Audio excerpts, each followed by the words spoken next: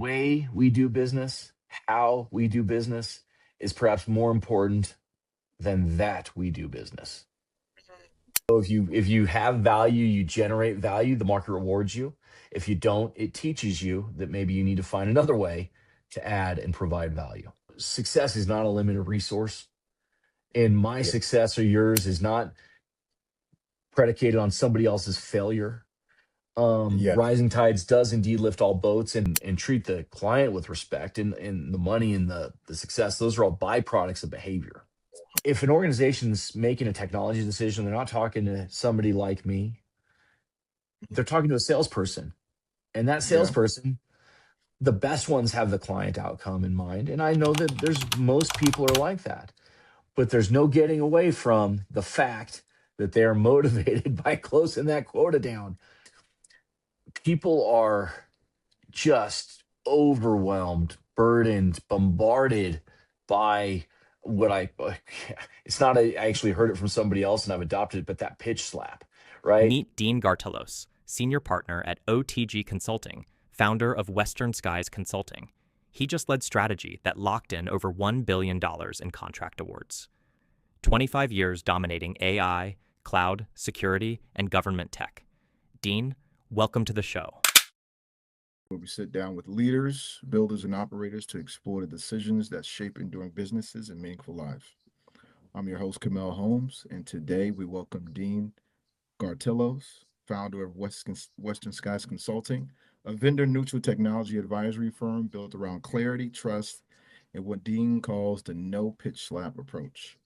With more than 25 years in the tech industry, Dean helps organizations cut through vendor noise, make unbiased technology decisions, and actually align technology with business outcomes. Dean, welcome to the show. Thanks so much, Camille. I appreciate you having me. Glorious Monday to you. You too. You as well. You as well. Let's get into your origin story, how it all started. Let's start with Western Skies Consulting. You've been in the tech industry for 25 plus years. You made the shift to vendor neutral advisory about 8 years ago. About 8.5 years ago. Walk me through how that happened. What was the catalyst? No, it like many things, it evolved. I spent almost 18 years with the phone company. I started right out of college with them as a temp. I did desktop publishing and grew up through that organization. By the time I left, I had responsibility. I ran part of the pricing organization for the public sector. I had some really rich experience and exposure to the federal government, civilian, GSA, and Department of Defense. Involved some pretty cool things over the years there. Towards the end of that, had decided it was time to make a change and look for the next thing. At that time, they had offered what they called a show of interest for people that instead of cutting people, if people wanted to make a change, they.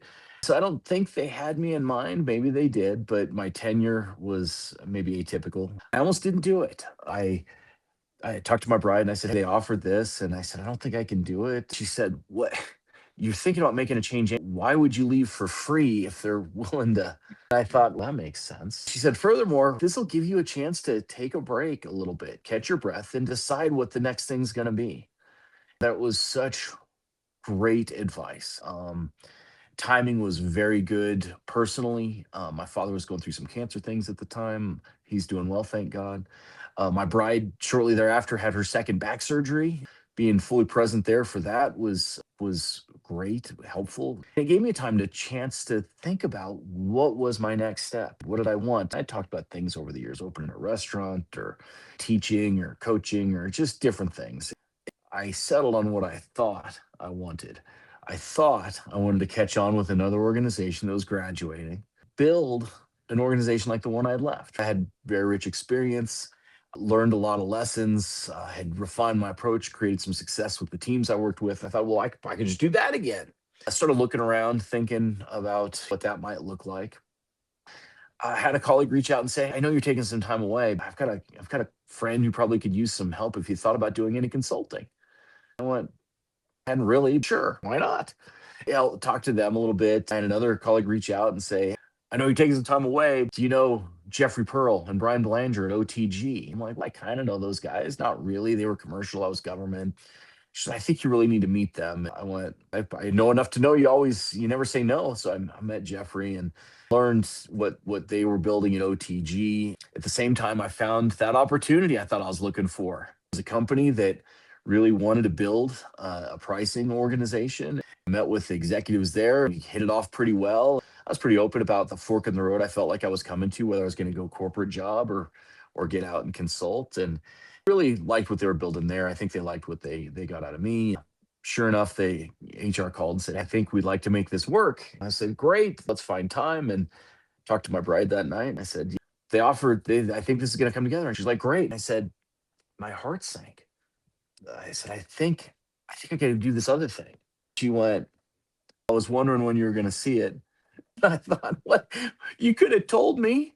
She just said, "Yeah, I couldn't. You have to Yeah. know for your own self what you're like. You have to, what you do is you've got to choose. I can't tell you. Nobody can tell you. This is the only thing you've been passionate about in a long time, talking about building a consulting practice and the work that you're able to do." I politely declined and told him, I said, boy, we thought we were going that, it was going that way.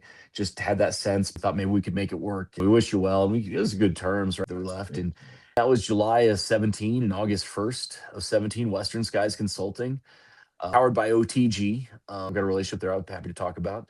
Was born, became my job. Western Skies is special to me for a lot of obvious reasons. The Easter egg behind it is because of the business I've been in over the years. I had a lot of different opportunity out east in the National Capital Region. I just never found I couldn't bring myself to even talk about raising my family out there. It's a great part of the country. It's wonderful people, but just doesn't fit with my soul and my heart to be anywhere other than neath these Western skies. There's a little bit more to it than that. And if you don't, maybe you'll find out and you get a kick out of it. But that's how and why I'm Western Skies Consulting. I do have clients across the country. OTG Consulting is a consortium of former executives like me that get into what we do. We help companies make technology decisions. You said it better than I maybe could at the outset here. That's what we do. And I love problem solving for companies. We can talk a bit more about that. But that's the origin story, and that's how it came to be, why and how I do what I do. And I'm grateful to have been going at it almost 9 years now. They say you find something you love, you never really work a day. I have found that to be true. Absolutely. You talked a little bit about OTG. Sure. You partnered with them early on. You want to talk a little bit Mhm. more about the relationship, how that came together? Absolutely. Kind of knew of Jeffrey and Brian. We were at the company at the same time, but we had commercial things and I was in government things. Boy, I couldn't be more grateful for that relationship and friendship and partnership. I'm now a senior partner at OTG, vice president of government and commercial operations, that sort of thing. What that really means is, right, I'm like the lone non-sales guy of the crew. There's a few of us. I haven't had a quota since I waited tables in college, and the quota was to figure out tuition. I bring a not sales perspective to these things. We are so impossibly aligned about how we do business. Rising tides lifts all boats. If we'll say that, and Brian, and I think that's very true. The other thing is, right, being motivated by help. As you get to know me, one of the things I hope you'll learn is that my only real goal is to leave you better than I found you, without regard to whether we do business. It's it's so core. It allows for an existence that's so much better aligned than business driven activities. And the reality is, if I can do my job and articulate the way I'm able to help an organization, the value I can bring, if there's a business opportunity, it will show up. If there's something else, or maybe there's not that opportunity. I've helped people kind of find jobs over the years, or I'm not a recruiter. It's not something I get paid to do, but network's pretty broad. I'm happy to make introductions, all the way down to how we live on the daily. I think the way we interact with people matters. That light spreads, and you got to be a source of it. You got to let others be a source of it for you when you need it.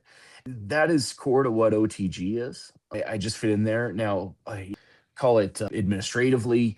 That's the way I have access to the breadth of the market for all the service providers and the relationships that they've established. It just lines up so well. We're independent, right? So OTG is made up of folks a lot like me that do this for clients. You get a little bit of community there as well. We all help each other. If got some very close friends now over the last 9 years, 8.5 years. You know, it's a great place, great start. We've grown a lot together. We've learned a lot together, and we've evolved in the way the market has evolved, and technology continues to grow and impact businesses and industry and all the things. It's been a great ride. That's great. Beautiful. Sounds like you guys have a very, very not only good working relationship, but beautiful camaraderie. That's what it sounds Oh, like. And, a hundred yeah. percent. I think they say as you surround yourself, as goes your journey. Right? Mm. I believe very strongly that iron sharpens iron. I look for folks that can help me be better. I hope I can maybe help them be better. Together, I think we do rise, lift all the boats, right? With the tide. It's that it's don't overcomplicate it, right? It is that Yeah, simple. for sure. Exactly. Exactly. 100%. Keep it simple, stupid. Right? It's seriously, I couldn't agree more. I couldn't agree more. Take me back to when you first went vendor neutral. How Sure. did you get your first few clients? Yep. Because you're asking people to trust you as an advisor instead of just buying directly from a vendor. That's a different Yeah. sell. It is. And it's funny. I'll tell you, it started out with some really awkward conversations because in my mind, I hadn't Yeah. really been a sales guy, right? A sales guys do this stuff. What I learned, I had a good friend help me. We went and got Mm. together to catch up. How's it going? What you thing? And we talked about some of the management consulting I do, and I kind of talked about my path there and guiding principles. There's this other thing that's kind of new to me, technology consulting. I fumbled through, I feel like, just this horribly awkward. And he interrupted me and he said, "Man, I love you." He said, "But I'm not doing business with you." He said, "What happened to that guy? That guy's just talking about these principled leadership and decision making." And he's like, Why isn't he talking to me about my technology?" And I hadn't thought of it that way because I was trying to do something that I hadn't done before. And the reality is, what I do today lines up extremely well with my entire professional career because I'm not selling anything. I'm helping companies make decisions to purchase something they probably already know they need, just in a way Correct. that's more efficient than they're able to do on their own. Couple of things that I've become very good at is facilitating and helping organizations translate. My role in that pricing organizations, right? Some customer facing things that I got involved in, and I loved that. A lot of it was internal conversation, making sure operations aligned with finance, aligned with right, those types of really aligning conversations. It's a pretty good skill set for me. Yeah. What he helped me see is that that's probably all I am and need to be. Started having less fewer awkward conversations. And they say you start with your network. Every business says that, right? Whatever the industry is, whatever you're doing, start with your network. I was a little nervous to do that because I didn't want to. I didn't want to let anybody down. I Seriously, didn't yeah. want to let anybody down. And I did two things that I felt made sense to me. I kind of banged on some doors, went to office parks and had conversations, and I didn't get any business out of any of them because I don't think they were real sharp and crisp. It really Mm. allowed me an opportunity to find my voice in this role. Started reaching out to my network. Yeah. One of my clients, I just saw him this weekend, ran into him. Another client who's now become a friend. Friends become clients, clients become friends. I think that's one overriding principle that I believe is true, or Yeah. can be true, or should be true. Reached out and had lunch with him. You hadn't seen him in a few years. He was my goalie for a little while on my hockey team. He's awesome, great human. We sat down, had lunch, caught up a little bit on life. He was so gracious because I know he was like, "I think you want to do business here." I didn't really say it out. Right? I talked in a few years. Want to get together. And we did. We talked and just cut up our friendship. And he kind of said, "So what's going on? What are you doing? And can you help me? How do you think you can help me?" Made it really easy for me to fumble through, which I think felt good to me, but looking back, I'm sure was still a little awkward. Right? He trusted me to take a chance to help with some of the things his business needed. Started small, and now I take care of all of their tech stack. Some 8 years later, another one of his good friends bought into a business. He just bought out his partner. Said, "Boy, you really need to help him out." I Same thing right now, years later. Certainly, I know the process. It's refined. I understand. I've seen enough, but it's grown that way. So Yeah. that's the first one of the first. Another one was a company that I actually did some catering with back when I was in college, Oh, and wow. reached out and said, "Hey guys, how's it going? Here's what I'm doing today. I'd love an opportunity to help you." again, continue to find my voice and find the way that I'm able to articulate the value. Like you talk to me, it probably sounds different than when you talk to Jeffrey or Brian or Ray or JB or some of the guys in my crew, Bob or anybody else. It's okay. I think the message, that golden thread is there. We all have our own voice, as we should. I help that company with some connectivity and some voice services. You just other things, right? That's how I started. I think there's wisdom in people say started with your network. For me, I probably took too long to get started with my network out of just my own insecurities of not wanting to let anybody down, wanting to make Yeah. sure that I didn't jeopardize any credibility I might have by by by fumbling through it. And now business has grown organically Yes. through introductions of clients, of friends. I've got some referral partners that bring me places. It's been great in that regard because you said it well. It's a different conversation having a vendor neutral discussion. People are just overwhelmed, burdened, bombarded by what it's not I actually heard it from somebody else and I've adopted it, but that pitch slap, right? That you can tell somebody's just like, if I could just tell you all the things that I could do, you'll see the Yeah. brilliance and want to work with me. And I can just tell you, just let me get it all out. It might help me. Maybe I've done that, right, in my career. What you hear through that type of engagement and experience is probably a quota driven activity, this antiquated process, antiquated sales structure.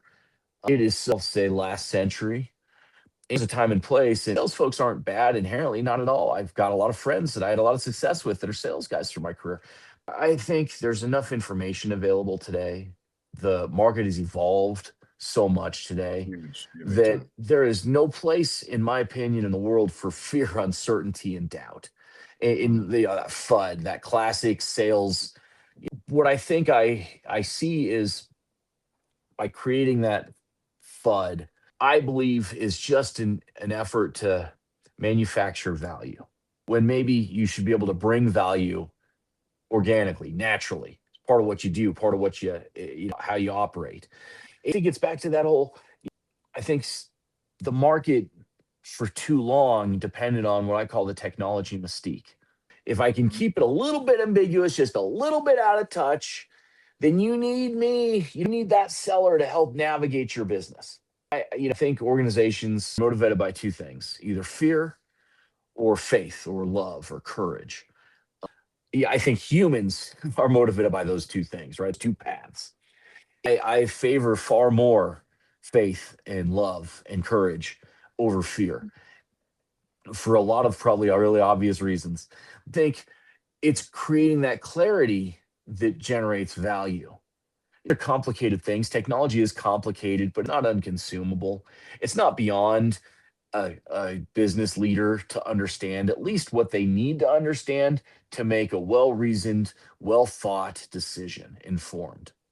That is the approach I take, right? It's about education, it's about creating clarity, right? Seek first to understand, right? An idea of what's going on. I don't really talk technology. I mean, I do. I really favor business conversations. Maybe that's the old pricing guy or the old business guy in me. I think if we can understand what the business outcome that's desired, then we could talk about the tactics or the tools that are available to meet that need. When you lead with and getting started in this kind of a role, it is very tempting to latch on to something that you think's cool and talk to everybody about it. It's a little bit self-limiting because if you latch on to a path and it's not something somebody needs, well, they put you in a silo. I mean, I like Dean an awful lot, but I don't need voice stuff. Maybe if I do, I'll call him. It's not about voice. It's not about data. It's not about security. It's about any of it put to purpose for your business to help achieve the business outcome you need, right? I tell my clients, use my expertise so you could focus on yours. You're an expert in meeting your customer need. Let me help you create the tool set and the environment that allows you to do that. Huge. That's huge. Right. Exactly. Help me help you. Yep. Absolutely. Absolutely. I'm pretty open with the model. A lot of companies that do what I do, there's here's your 50,000 or 100,000 or 20,000, whatever scope of work for me to tell you what you need in your business, and I'm going to come in and save you a ton of money, and I'll take just half your savings. You're welcome. Those guys are typically getting paid and compensated the same way I am, which is by the service provider. Right? I operate like a broker. Wise men say have an irresistible offer.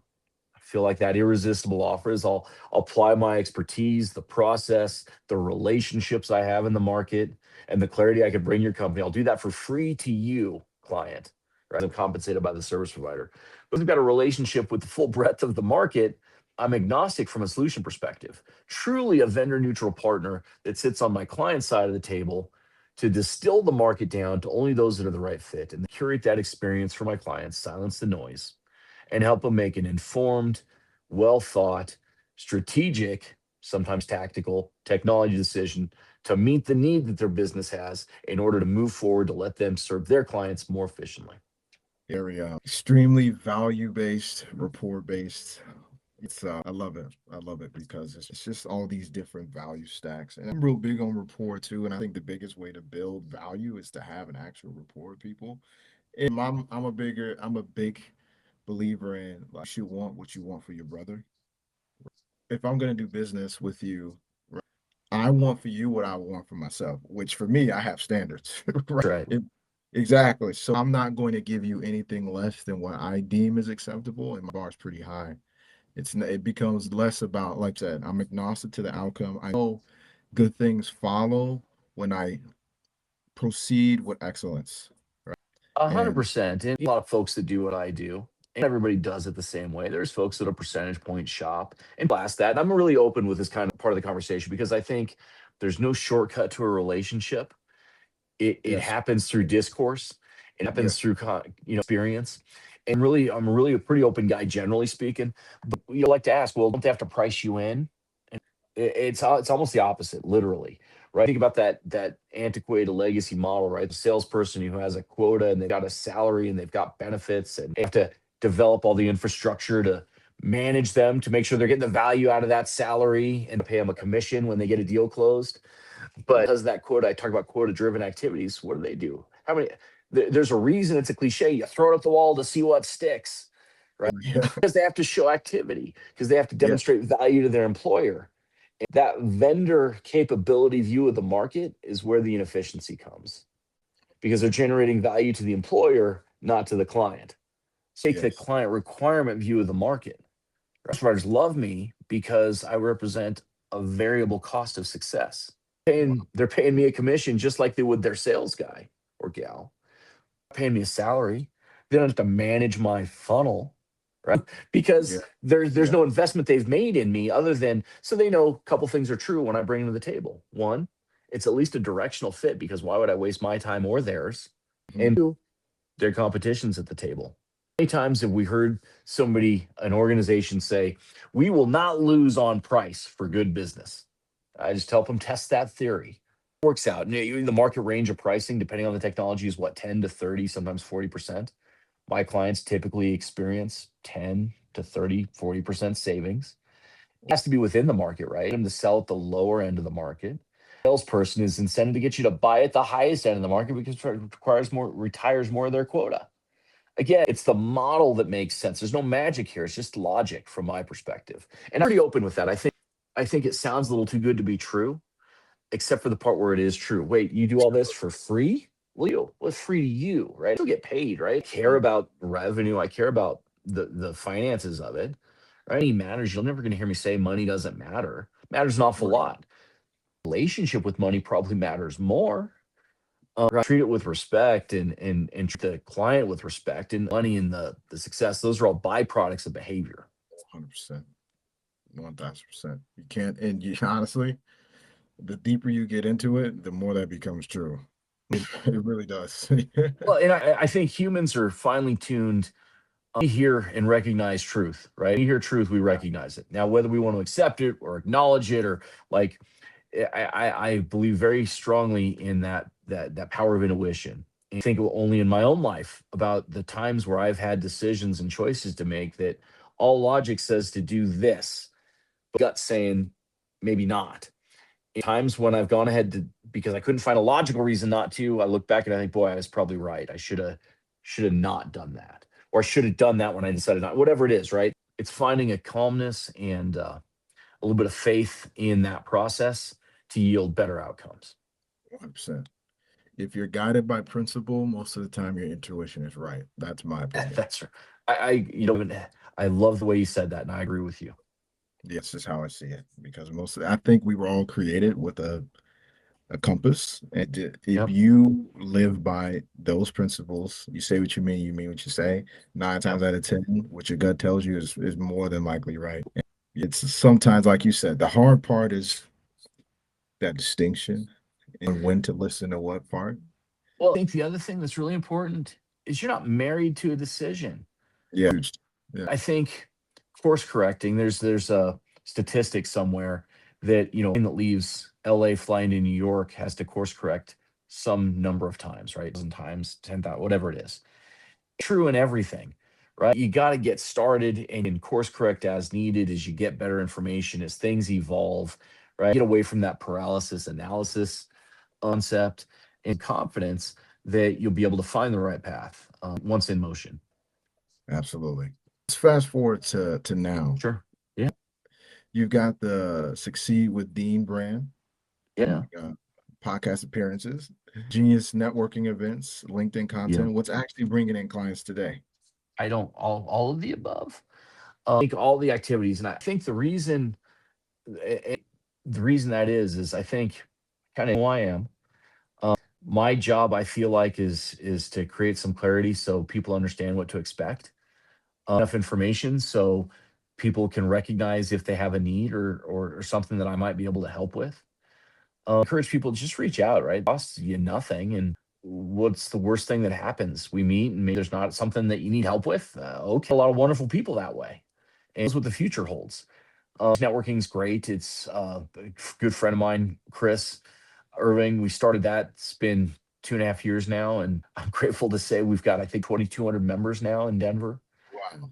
Our events, we typically get between 50 and maybe 120 people Wow. at our events, and it's great. And I think it's intentionally an environment, right, for professional networking, truly in the sense, right? We're not a technology group, we're not a finance group, or we're not any. It truly is professional networking with people that just want to come and meet other good people and figure out where the road goes. And we've had people that have said they've met their best friends at Genius Networking, and we've got a few different things that we do. We started to bring a brief presentation to meetings, something that we believe provides value kind of broadly. So we've talked about the power of influence and ways to influence and tips, not just tips. It kind of sends the value, but really the science and the experience of networking and how to be more efficient in that endeavor and create in a short period of time a connection that maybe will yield a relationship, whether it's business or otherwise, that you might not get if you just, well, what'd you do this weekend? The small talk that your people, and there's nothing wrong with that, Right. but it creates some additional ways to provide value to people. That's been a wonderful experience. It's kind of everybody that I've done business with is somebody that I either know knows somebody that I know in some capacity, whether it's a client, a referral partner. And I just, or LinkedIn. I do meet folks through LinkedIn. I think that's another great place, but it's how you do it, right? How Yeah. many of our listeners right now can point to the pitch slap they received via DM, right? And like when I connect to people, I really just want to meet for a few minutes and make proper introductions. And if there's an opportunity to work together, wonderful. If not, at least it's a connection, not a click and forget, which I did for far too long in my career. I think it's all those ways. That's the process to me to finding clients. Always looking for more, have capacity to grow, bench help. It's not like there's one dean, but it's a pretty good path and process and support that I have around me. So yeah, What's the mix now between clients coming in for AI strategy versus managed services versus telecom and you know, connectivity? Yeah. a lot of the conversations with people I don't know yet are around AI because there's such energy in the market and there's such breadth of what that means. And I do my best to try to translate that conversation into a business conversation because AI means an awful lot. There's point solutions and there's orchestration solutions and there's agentic kind of support and there's AI can kind of be tucked into customer experience things. And so instead of trying to figure out which one of those things the client needs, I say you want to like talk about AI. What does that mean to you? Or are you just like, I got to sprinkle some AI in there? You know what that mean? Or I have a competitor or a colleague that has implemented this and it either worked well or it didn't work well. And there's enough activity in the market now. We're getting results in from early adopters. And surprise, I think of nobody, those results are mixed. Some great Yeah. success Yeah. fell short. And that's probably to be expected, and certainly from my perspective. But it is back to whether it's AI or it is security or it is an alternate network design topology away from a legacy MPLS to and edge SD-WAN, right? Those are all things that are tools applied to what is the desired business outcome. So I try to bring it back to the business terms because first, most business leaders think in those business terms. And that helps me then navigate the technology available to meet that need. So it keeps you from solution lock, and that's a danger in every space, in my space, in anywhere, right? It's something that you become enamored with. Well, it's the reason that OTG never established a service delivery organization. Nothing bad about that. There's a lot of folks in the space that do that because I do know that there's value in being involved in that customer delivery. Gee, we made a decision very early on. We're never going to do that because as soon as you have a platform, that platform is going to integrate better with some solutions than others. And have that, you start to put your finger on the scale on what your client needs because somehow it's better and easier for you to support, not the outcome the client needs, right? Apply that philosophy up and down the tech stack. And it's a great thing because you can always go with best athlete available. If you think about that draft mentality, right? What's the best answer for this client? Not what's the easiest thing for me to deliver to that client. Awesome. That's huge. Looking ahead into next year, Yep. year and a half, what's your focus? Are you trying to build or scale? I am. I think that path for me looks a lot more like just growing clients, getting additional clients, but I think a bit more that relationship that kind of as you meet new people, right? I now have clients that I didn't know before we did business. And I like that. I like more of that, right? It's become friends. Not that everybody that I meet is going to be a buddy and anything like Right. that, but I think there's that's part of what I view as important and what I enjoy. And I like being a resource and being a trusted advisor. And so grow over this next year, I think my goal almost is to find people that I don't know to work with and find a way to broaden that impact in that relationship sphere. Because I believe so strongly in this model, this vendor neutral model. I feel like it's a secret that's being kept because if an organization's making a technology decision, they're not talking to somebody like me, a salesperson, and Yep. those person best ones have the client outcome in mind. And I that there's most people are like that, but no getting away from the fact that they are motivated by closing that quota down, right? My experience, my corporate life was public sector. And tell my team, right, Rosie the Riveter, what we do matters, right? A lot of things in support of the warfighter. And I was kind of back then wondered what I'd feel like doing it commercially. How could I care this much about a restaurant or a accounting firm or whatever? And the truth is, they're equally important to me in similar ways. Because while the warfighter, there was the government and all the things that they needed to do to facilitate and do their mission, accomplish their mission, right? These commercial organizations, right? Small businesses, medium-sized businesses are the life of America. Yes. And being able to impact that in a positive fashion, right? My expertise is in technology. That's what I do. That's why I do it. But it's to drive them forward because the more efficient I can make their organizations, they're able to support their clients and their employees. And the economy runs that way. And it being part of that efficiency, I think it lines so well with what I believe in my core, which is help leave everybody better than you found them, and be a positive force and help drive success. Success is not a limited resource. Success or yours is not predicated on somebody else's failure.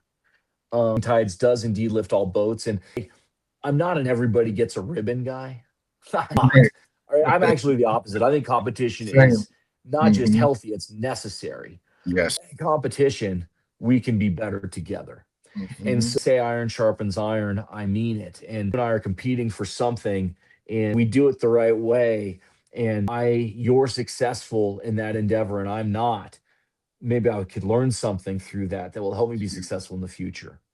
And it's that kind of guiding principle to me that makes this work. And I get into a lot of coaching conversations with clients because I'm a bit of a safe space. I'm not in their Yeah. organization, right? And I've got enough experience that I can provide some perspective and I'm happy to help. And that's what I think this next year looks like. I think growth in that way. Look forward to meeting more people that I don't know yet, drive business onward and upward. I mean, I said that through my career. I'd come back from a vacation, and my staff would say, "Hey, we got you." Message. John ended it all with onward and upward. I do some broadcasts for my son's hockey teams, and that's how I broadcast. But that's how I think. Yeah. Right, better than yesterday is the goal. Doesn't mean life's always rosy. That's not what I'm getting at. But I think it's about that desire and that optimism. I think you catch what you fish for and I fish for positivity and success. Absolutely. The things you said that really spoke to me is like, not an gets a ribbon guy. Believe in healthy competition, and the competition does lead to healthy collaboration, in my opinion. Right? It's so necessary because sharpens iron, and you have people competing ultimately to reach a higher goal or purpose. It enriches everyone else who's involved. Like, it's a good thing for everyone involved. It's not toxic. It's, if anything, it's extremely uplifting. And because the averse is true, if everyone gets a participation trophy, then who's actually growing? So it's what I'm getting at is growth, right? Like, growth comes from that healthy competition, and at the same time being collaborative, right? Like you said, Yeah, I like how you said you and I are competing for some. You get it, I don't. Does that mean I lose? No, it doesn't. It doesn't mean that at all. It can actually mean, depending on how you look at it, your mind frame, you can actually gain so much. You gain so much more from failures than you do from success sometimes. And plus, no one likes the guy who's always winning, because like you learn so much from failures. And I just say from my own experience, from from, I mean, selling shoes at Dick's Sporting Goods, and had got a data analytics job at a power company, one of the biggest power companies in the United States. Leaving that job, it was a very yeah. comfy job. To leave that and do what I'm doing now, and to feel that air, that competitive air, where I'm talking to like-minded individuals like yourself, and it's just, you just want to be. That's the space I like to be in, because I've grown so much from that, and I think that is something that should be celebrated, and something that more people should want and seek. I agree. Love that. And I have great respect for people that are willing to take that risk. For the faint of heart, as you well know, there's such reward, and I don't even really mean the financial reward. I think if you do it right, that shows up. But there's great reward in self determination, and I think really truly having a hand in your path and in your journey, and eating how you're going to do business. I say way we do business, how we do business is perhaps more important than that we do business. And you have your own path and your own journey and your own company, and whether you have employees or you don't, you put your thumbprint on it and you bring that to the market. And it's great and terrible because it doesn't lie, right? It Yeah, doesn't lie. If you have value, you generate value, the market rewards you. If you don't, it teaches you that maybe you need to find another way to add and provide value. absolutely, absolutely. And this has been great. Before we wrap, where should people go if they want to learn more about you or connect with you? Oh, yeah, seedwithdean.com. I have it up there. You kind of see about me. I'll have your podcast posted there too. Some of the podcasts I've done about some of the services I support. We didn't really talk about it here, but I'll just tell you it's the full breadth of the technology stack. Think infrastructurally all the way through application. But the best way to find me, you can get my calendar there, and I urge you to If you're wondering if we can work together, set up time, right? And great. If not, fine. But at least met. And I love meeting people. Really, truly do. I'm a people person. I'm not so much. I've learned that I'm not as much of an extrovert as I am. I enjoy interactions like this. So I love to meet you. Certainly LinkedIn, I'm there, but LinkedIn is the easiest place. Nice. Dean, thank you so much. I really appreciate the clarity and the perspective you brought to this conversation. For the listening, you guys know where you can find Dean. And then another great episode of the Executive Edge. I'm your host, Kamel Holmes. Thank you guys for listening. See you guys in the next one. Onward and upward. Onward and upward.